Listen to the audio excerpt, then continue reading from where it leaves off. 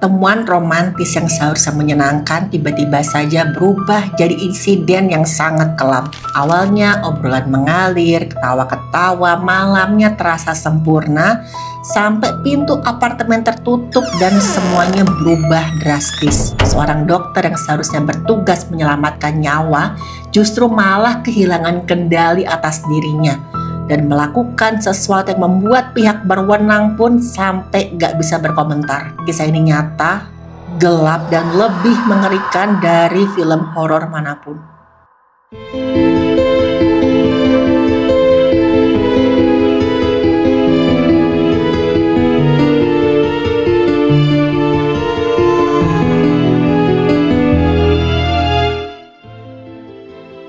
Halo, saya Dr. Stefani. Saya seorang dokter spesialis forensik dan mediko-legal, dan saya belajar dari yang mati.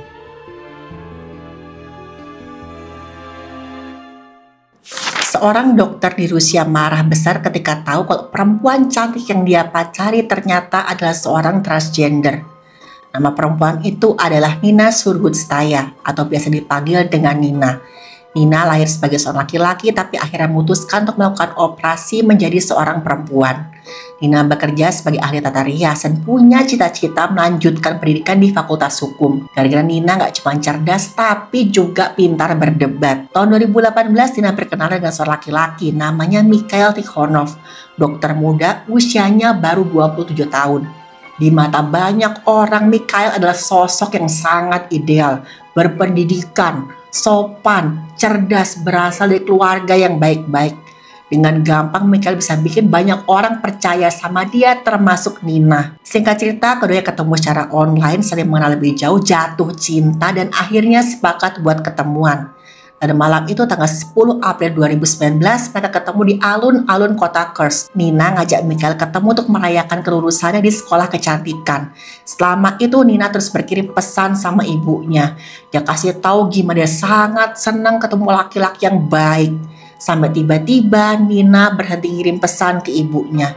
Dan keesokan paginya saking khawatirnya gara-gara gak bisa menghubungi Nina, sang ibu memutuskan untuk melapor ke pihak yang berwenang.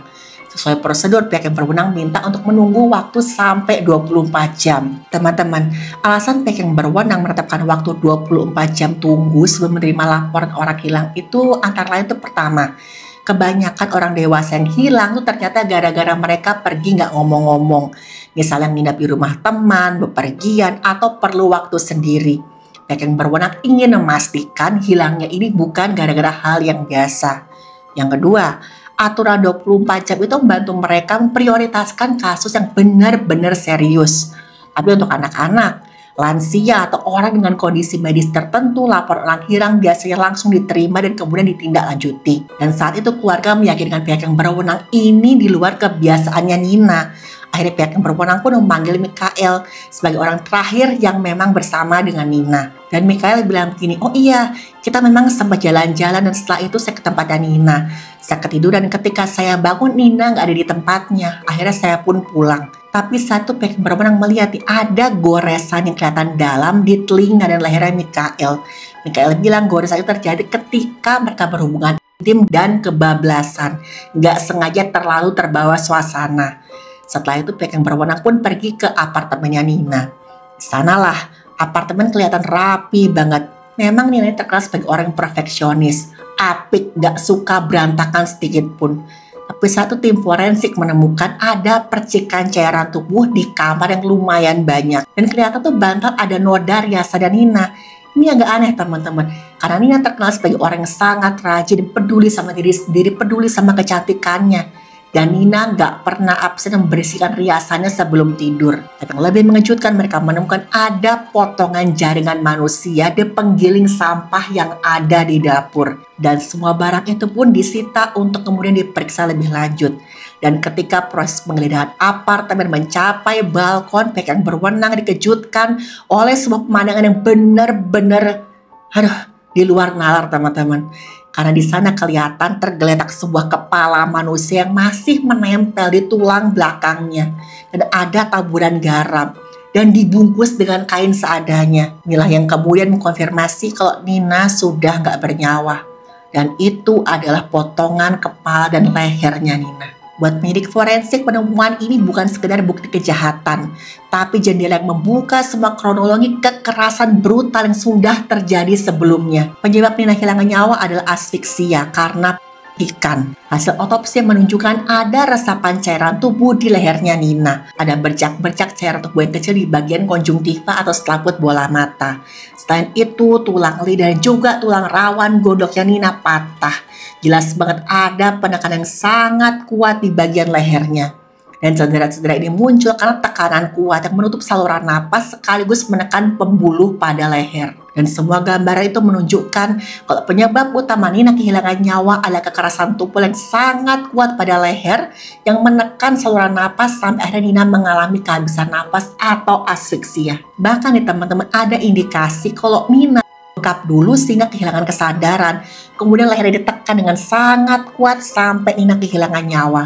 Karena satu, memang ada memar di balik bibirnya Nina. Tapi luka-luka sayatan yang ditemukan tubuhnya Nina itu agak beda polanya. Bukan luka perlawanan. Bukan luka yang terjadi ketika Nina masih hidup. Ini adalah luka post-mortem. Dilakukan setelah Nina kehilangan nyawanya. Gak ada tanda-tanda radang, tepinya bersih sama sekali, gak ada resapan cairan tubuh. Lukanya tuh rapi banget potongannya. Jelas sekali dilakukan dengan alat yang sangat tajam. Misalkan, atau dapur yang sudah diasah. Hasil olah TKP menunjukkan di dapur Nina ditemukan panci dan juga peralatan masak yang menunjukkan bekas digunakan untuk mengolah daging. Ada juga sisa jaringan ditemukan dalam penggilingan sampah. Dari situlah tim forensik berhasil mengumpulkan potongan-potongan jaringan yang bentuknya aneh. Kenapa? Ada indikasi kalau jaringan tersebut sudah dipanaskan atau dimasak. Jaringan tubuh yang dimasak akan berubah warna jadi abu-abu kecoklatan atau kehitaman. Teksturnya akan menyusut dan lebih kaku karena protein otot seperti miosin atau aktin itu menggumpal akibat panas. Tapi DNA manusia bisa bertahan sebagian meskipun sudah dimasak, terutama bila jaringan tidak dibakar hingga matang total. Tim forensik kemudian mengambil sampel kecil dari jaringan tersebut dan membandingkannya dengan DNA keluarga Nina. Nah, hasilnya cocok. Memang jaringan itu adalah jaringan tubuhnya Nina. Dengan ini identitas korban bisa dipastikan meskipun jaringan sudah rusak akibat panas.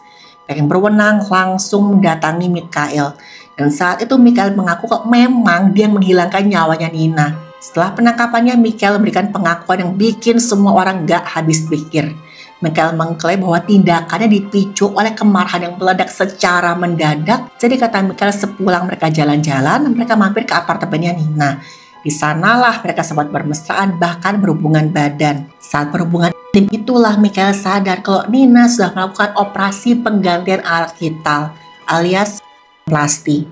Ini adalah operasi pembuatan alat vital baru untuk perempuan trans. Dilakukan oleh dokter bedah agar seorang terlahir dengan tubuh laki-laki bisa punya organ vital yang menyerupai dan berfungsi seperti perempuan. Tentu aja fungsinya nggak akan sama. Dan saat itu Mikael mengaku dia merasa sangat marah. Dia bekap Nina dengan bantal sampai Nina nggak sadarkan diri. Dan setelah itu eksekusi dengan menekan leher Nina sekuat tenaganya. Mikael tuh ngaku kok dia mengalami trans panic defense. Dia merasa panik, kaget, dan bahkan terprovokasi. Gara-gara itulah Mikael tega menghilangkan nyawanya Nina. Dengan alasan ini, Mikael berusaha meringankan hukumannya. Dari tindak penghilangan nyawa berencana menjadi tindak penghilangan nyawa gara-gara emosi meledak sesaat. Tapi apa itu cukup untuk menjelaskan perbuatan ini Mikael? Udah jelas enggak teman-teman, karena Mikael nggak cuma melenyapkan nyawanya Nina, tapi juga misah-misahkan anggota tubuhnya dan memasak kemudian dimakan. Setelah yakin Nina udah nggak bernyawa, Mikael pindahkan jasadnya Nina ke dapur dan di sanalah dia iris-iris saatnya Nina.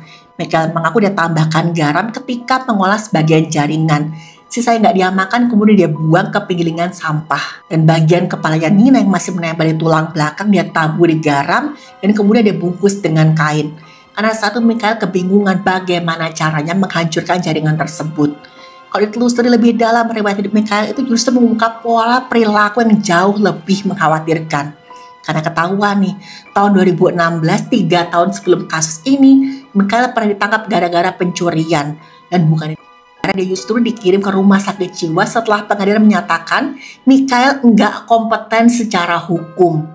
Catatan inilah yang kemudian menjadi titik terang kalau Michael bukan sekedar pria yang marah sesaat, tapi seorang dengan gangguan kejiwaan yang benar-benar gak main-main. Kesaksian dari mantan pacarnya Michael juga memperkuat hal ini. Menurut pengakuannya nih, Michael punya kebiasaan aneh yang sering buat hubungan mereka terasa menakutkan. Katanya Michael suka menekan leher pasangannya ketika mereka sedang bermesraan, seakan-akan menjadikan kekerasan sebagai bagian dari fantasinya yang gak normal. Dalam dunia psikiatri forensik, perilaku seperti ini dikenal juga dengan istilah parafilia sadistik. Kondisi di mana seorang mendapatkan kepuasan bukan hanya dari kedekatan fisik, melainkan dari penderitaan atas rasa sakit orang lain. Awalnya, dorongan ini hanya sebatas fantasi, tapi jika dikendalikan, fantasi bisa berubah jadi tindakan nyata yang sangat mengancam keselamatan orang lain. Pada kasus Michael ini, fantasi berubah menjadi tragedi. Seorang manusia kehilangan nyawanya dengan cara yang sangat mengerikan. Saat itu tim ahli psikiatri forensik pun datang untuk memeriksa Michael. Pemeriksaan mereka pun konsisten. Mereka dinyatakan gak waras secara hukum. Yang artinya, meskipun dia melakukan tindakan penghilangan nyawa disertai pemisahan anggota tubuh bahkan sampai dimakan, dia dianggap gak punya kapasitas penuh untuk memahami perbuatannya. Keputusan pengadilan pun benar-benar buat banyak pihak kaget. Michael gak dijatuhi hukuman 20 tahun penjara, tapi malah diperintahkan menjadi perawatan paksa di rumah sakit jiwa. Sampai hari dan dinyatakan masih ditahan di sana. Dia nggak akan bebas kecuali ada tim dokter yang menyatakan bahwa Michael sudah nggak lagi berbahaya di masyarakat. Tapi di sini teman-teman muncul pertanyaan besar yang sangat sulit buat dijawab. Bisa nggak sih seorang dengan riwayat seperti ini benar-benar sembuh? Gangguan kejiwaan seperti ini tuh nggak seperti flu yang bisa hilang dengan obat, melainkan bagian dari struktur psikologis atau kejiwaan yang sangat-sangat mendalam. Beberapa pasien bisa belajar mengendalikan dorongan mereka, tapi resiko kambuh tetap ada. Dan ini membuat masyarakat bertanya-tanya, apakah pengurungan di rumah sakit jiwa itu cukup? Dan kasus ini tetap menjadi pengingat kelam tentang bagaimana batas tipis antara fantasi dan kenyataan bisa berubah jadi mimpi buruk yang merenggut nyawa seseorang. Teman-teman, kisah Nina yang sangat tragis ini memberikan kita banyak banget pelajaran. Yang pertama, identitas transgender gak seharusnya menjadi alasan untuk merampas nyawa seseorang.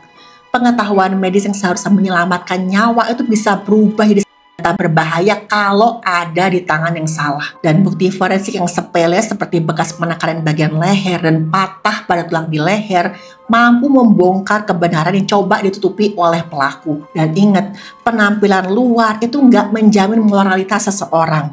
Dan gangguan kejiwaan yang diabaikan bisa banget berubah jadi perilaku bahaya sampai memicu sebuah tragedi.